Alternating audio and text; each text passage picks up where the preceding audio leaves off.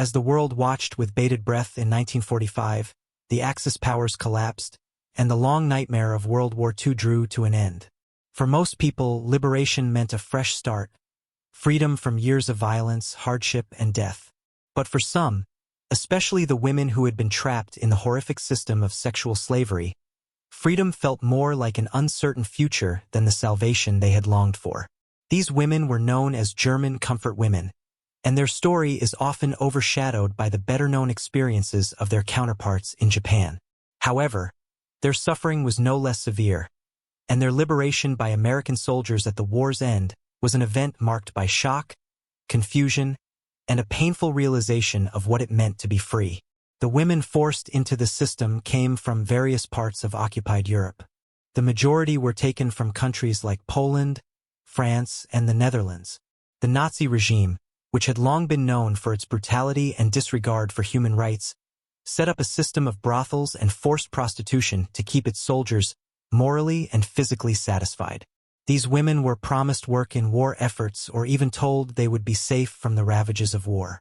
But when they arrived at their destinations, they were thrust into a nightmare. In the midst of the chaos of a world at war, these women were taken from their homes and forced into the brothels and military camps of the Nazi regime. The term comfort women itself was a misleading euphemism, intended to hide the true nature of their exploitation. These women were often transported under false pretenses. They were told they were going to work, to help their country in some way, but they found themselves trapped in a world of sexual violence and forced labor. Their lives were controlled by the very men who were fighting the war. The Nazi regime had set up this network to ensure its soldiers were kept content, but it came at an unimaginable cost to the women who were taken. For years, these women lived under constant threat of violence. The soldiers who used them saw them as disposable, nothing more than objects to be used in the course of war. Many were subjected to physical abuse and rape, day after day, in appalling conditions. The women were kept in isolation, often hidden from the public eye. They had no freedom, no hope, and no escape. Every day felt like a living nightmare, and yet, there was no way out. As the war dragged on, the reality for these women became even more dire. Nazi defeat seemed inevitable as the Allies pressed forward. But the women in the brothels didn't know what to expect. Would the end of the war bring them freedom, or would it bring even more uncertainty? They had been so thoroughly dehumanized by the system that they no longer knew what liberation would mean for them. In the final months of the war, the German military began to crumble. The Allied forces, including the American troops who had been advancing through Europe, began pushing toward the heart of Nazi Germany. For the women who had been forced into sexual slavery, the idea of liberation began to feel more like an impossible dream. Would the soldiers who freed them understand what they had gone through? Would they be believed? Or would their painful histories remain buried in the rubble of war? When the American forces finally entered the towns that had been under German control for years, the liberation came swiftly, but it was not a celebration for these women. The soldiers, focused on the defeat of the Nazis and the rebuilding of Europe, didn't know what to expect when they encountered the survivors of these brothels. The women who had been trapped in this system for so long were unsure how to react to their newfound freedom. After years of living in constant fear and abuse, they now faced a strange and overwhelming reality. The world they had known, the only world they had ever known, was destroyed. Their lives were marked by a trauma that the soldiers couldn't begin to understand. The American troops came in, eager to liberate, to help rebuild, but they weren't prepared to deal with the deep psychological scars that these women carried. Many of the women had been in bondage for years, and now, when freedom was finally within reach, it was overwhelming. Some didn't know how to live without the control they had once been under, without the war's constant presence. While the soldiers who liberated them were focused on ending the war and helping survivors, they didn't fully grasp the complex emotional and psychological burdens that came with freedom for these women. The reality of liberation was something far more complicated than the soldiers could imagine. They saw the women as survivors of war, but they couldn't understand the full extent of the trauma these women had endured. For many of these women, liberation didn't feel like freedom. It felt like another layer of trauma. They had been living in isolation, controlled by their captors, and now they were thrust into a world that had moved on without them. The war was over, but for the women who had been enslaved by the Nazis, the fight for survival was far from over. In refugee camps, they found no solace. The soldiers who had freed them were not prepared to provide the kind of emotional care they needed. The idea of returning to their families was often impossible. Many of these women had lost everything. Their homes had been destroyed during the war, and their families had either been displaced or killed. They were not just survivors of Nazi cruelty, they were now survivors of a world that seemed to have no place for them. The emotional scars of these women were invisible to many. While the soldiers had fought to free them from Nazi control, there was no acknowledgement of the psychological damage they had suffered. For the women, freedom didn't bring the peace they longed for. It brought uncertainty. They had no sense of purpose, no idea of where to go, and no one to help them navigate the world they now found themselves in. For some, the years of trauma they had experienced were too much to bear. The deep emotional wounds they carried didn't heal simply because the war had ended. Many struggled to speak about their experiences, not just because of the pain but because they felt no one would listen. The world was focused on the larger picture, the fall of Nazi Germany, the defeat of Hitler, but their stories were left in the shadows. The soldiers, though eager to help, were unprepared for the complexities of the women's trauma. They had come to end the war, to liberate, but the emotional wounds of the women were something they couldn't fix. The trauma these women carried ran deeper than the physical destruction of the war. The women had been betrayed by the world that promised them protection, and now, even in their supposed freedom, they had no place in the world. For many of the women, their liberation felt like a cruel joke. They were free from the Nazis, yes, but they were still prisoners of their past. The lives they had been forced to live, denied of dignity and humanity, had left lasting marks. The question remained, could they ever truly heal? Could they ever find a place in a world that had forgotten them? As the years passed, many of these women remained lost, invisible in the larger narrative of the war. The true cost of war is not only measured by lives lost on the battlefield but by the lives it irreparably alters. The women who had been enslaved by the Nazis knew this all too well. Their lives, their futures, had been stolen from them by a system that saw them as nothing more than tools for the war machine. When the war ended, their suffering did not. It lingered on, in their memories and in the shattered lives they had to try to rebuild. As the war drew to a close, the women who had been freed from the Nazi-controlled brothels found themselves at a crossroads. They were no longer under the control of the German military, but the psychological wounds they had endured ran deep. While some soldiers saw their liberation as a moment of triumph, the reality for the women was far more complex. Freedom had come, but it brought with it a new set of challenges that most could not have anticipated. For many, the hardest part of liberation was not the physical release from their captors but the realization that they had been abandoned by the very world they had once known. Their families had been destroyed or displaced by the war, and their homes had been reduced to rubble. The future, which should have felt like a promise of hope, seemed more like a daunting and uncertain abyss. The refugee camps where the women were sent offered no real solace. The displaced people in these camps were all trying to rebuild their lives, but the women who had been forced into sexual slavery found it particularly hard to reintegrate into society.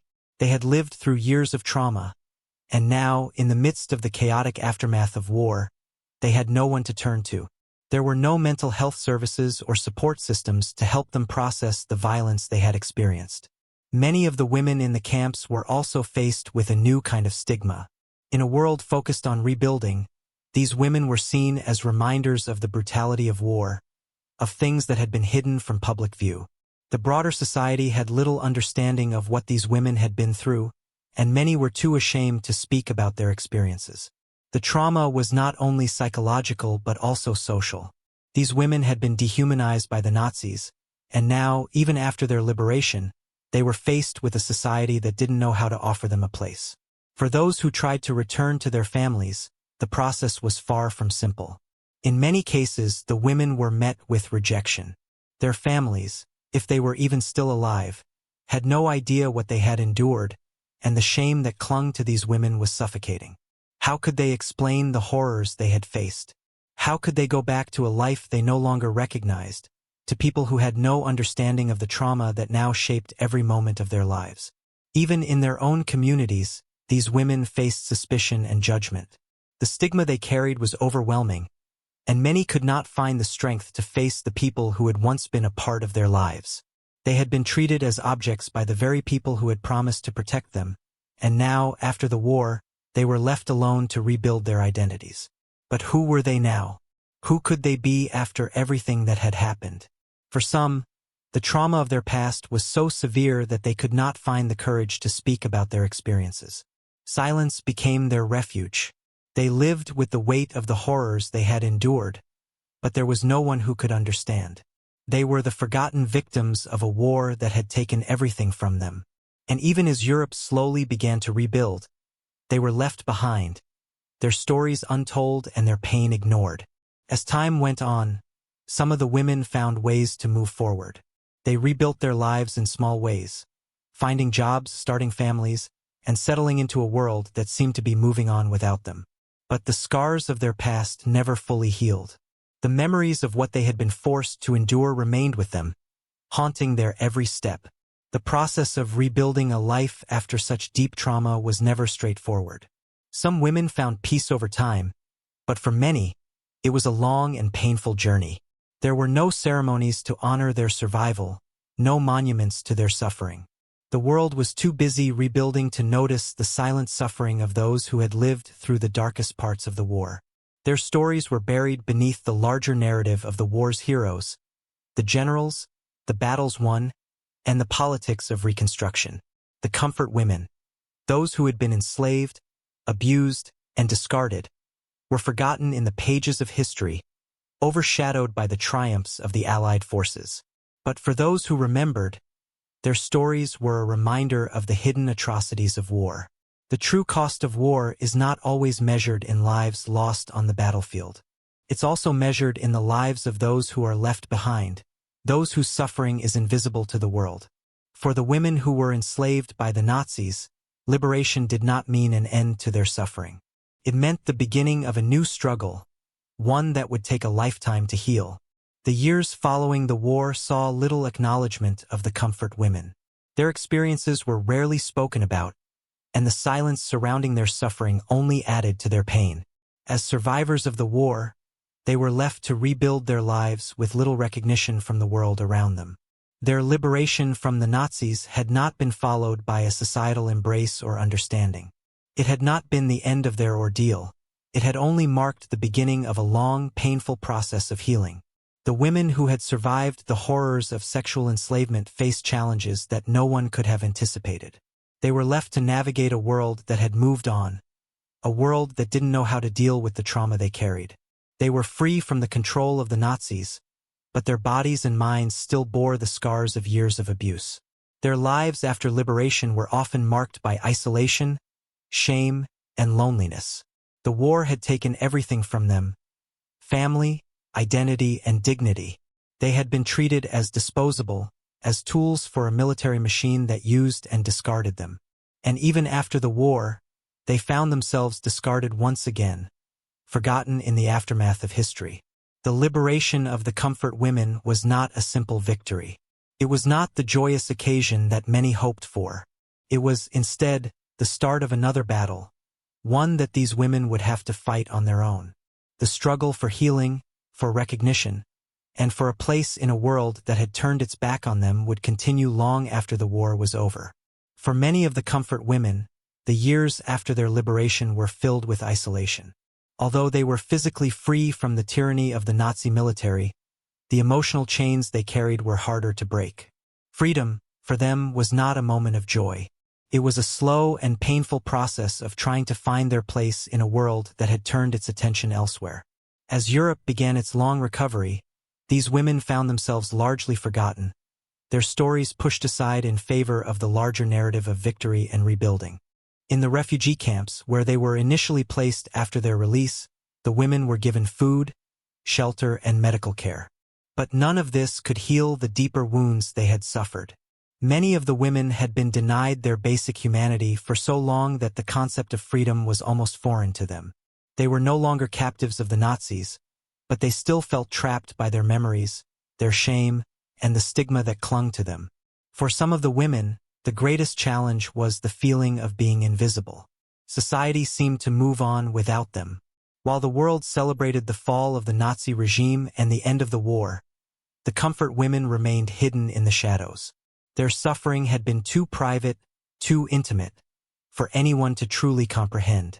They were victims of an atrocity that no one wanted to talk about, an atrocity that had been ignored for far too long. The trauma these women carried was not just physical. It was psychological, emotional, and deeply ingrained in their very sense of self. Many of the women in the refugee camps began to understand that their struggle wasn't just about surviving the war. It was about surviving the war's aftermath. The question of how to rebuild their lives was daunting. Their identities had been stolen by the war, by the men who had abused them, and by the system that had treated them as nothing more than objects. In the aftermath of the war, they had to figure out who they were, who they could be, and how to live in a world that had betrayed them. In a world that was focused on rebuilding and restoring order, the women who had been forced into servitude found it difficult to find their place. The war had not just taken their homes and families. It had taken their dignity, their sense of self-worth, and their belief that the world could be a place of safety and hope. The streets of the cities they once called home were now unfamiliar.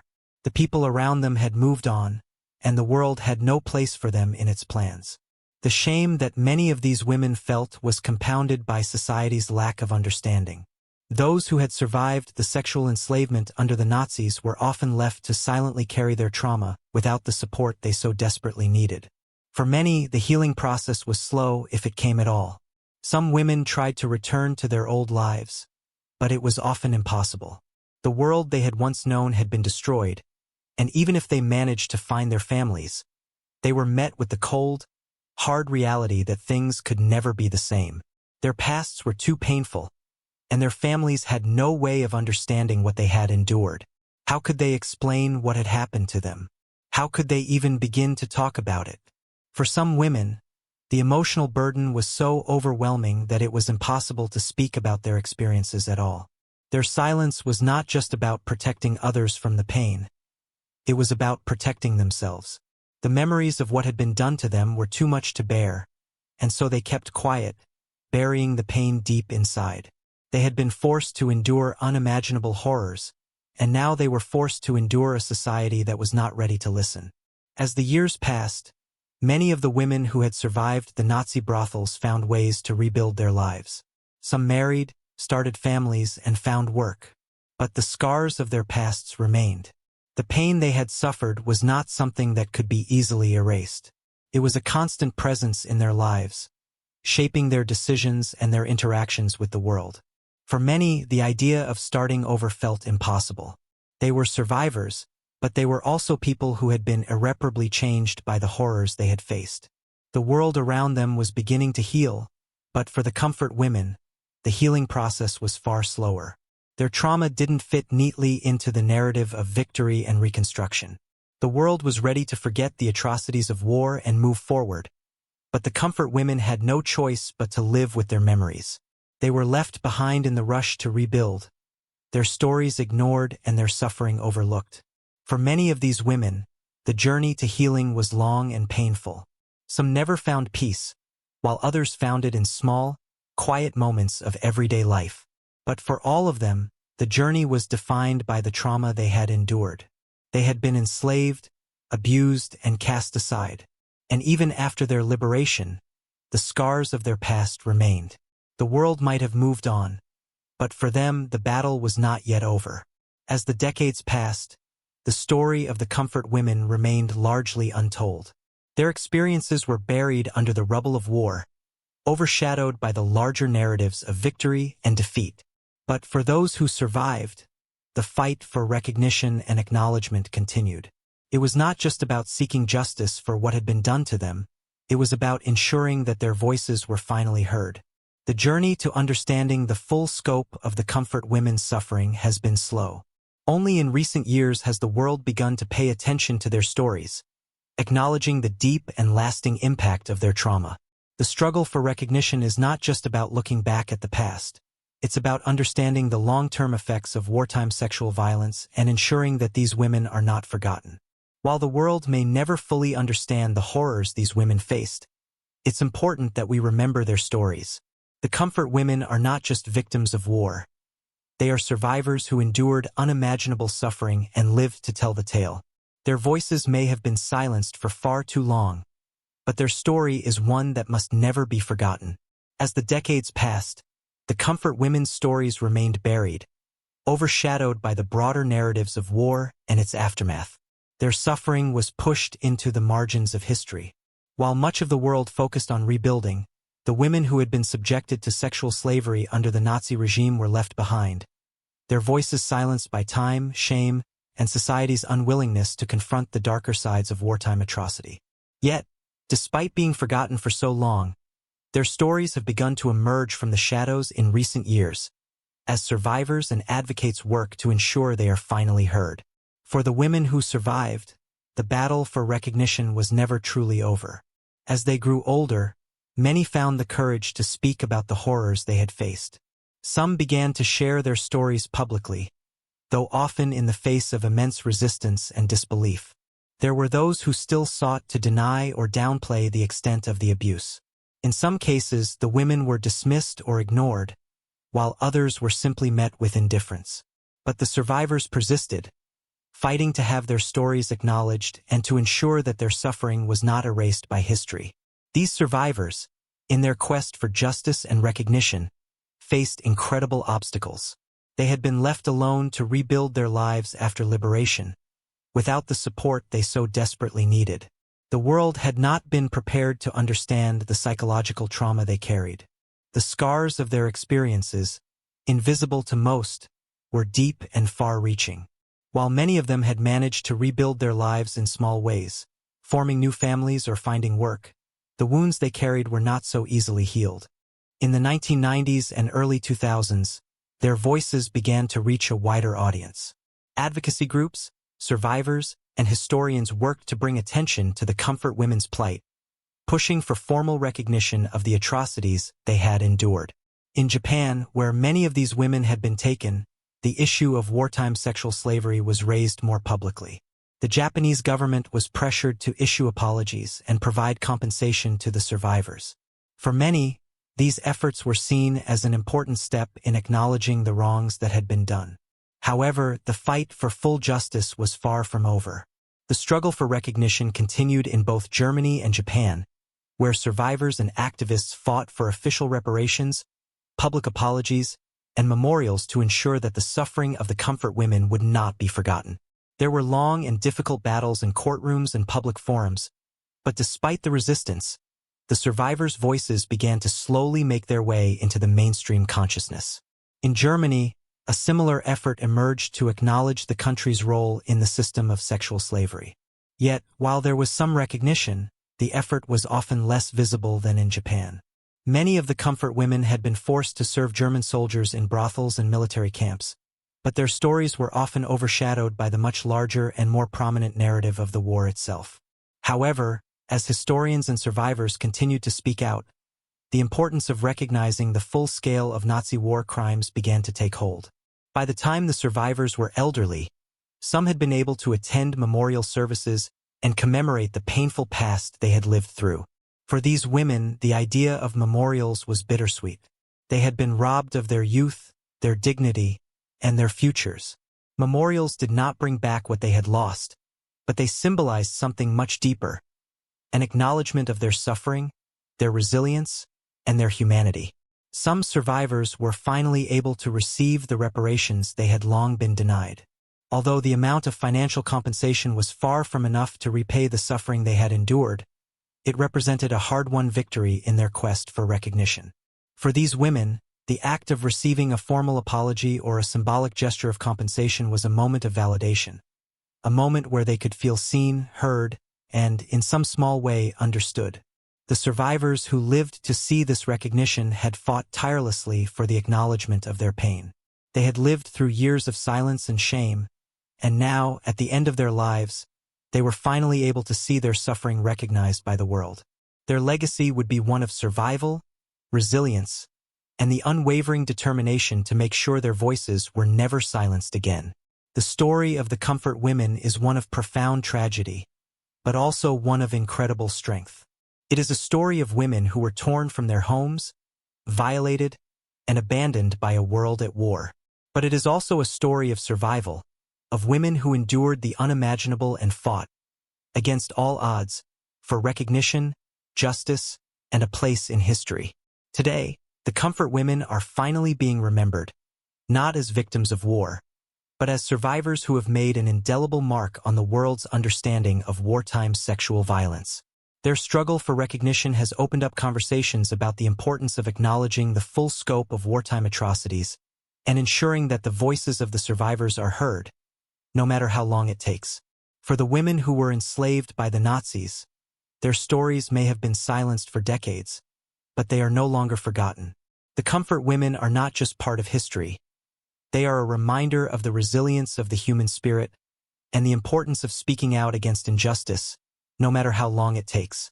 As we look back on their journey, we must remember the countless women who still live with the trauma of war, who continue to fight for recognition, justice, and healing. Their stories may be painful, but they are a vital part of our shared history, one that must never be ignored or erased.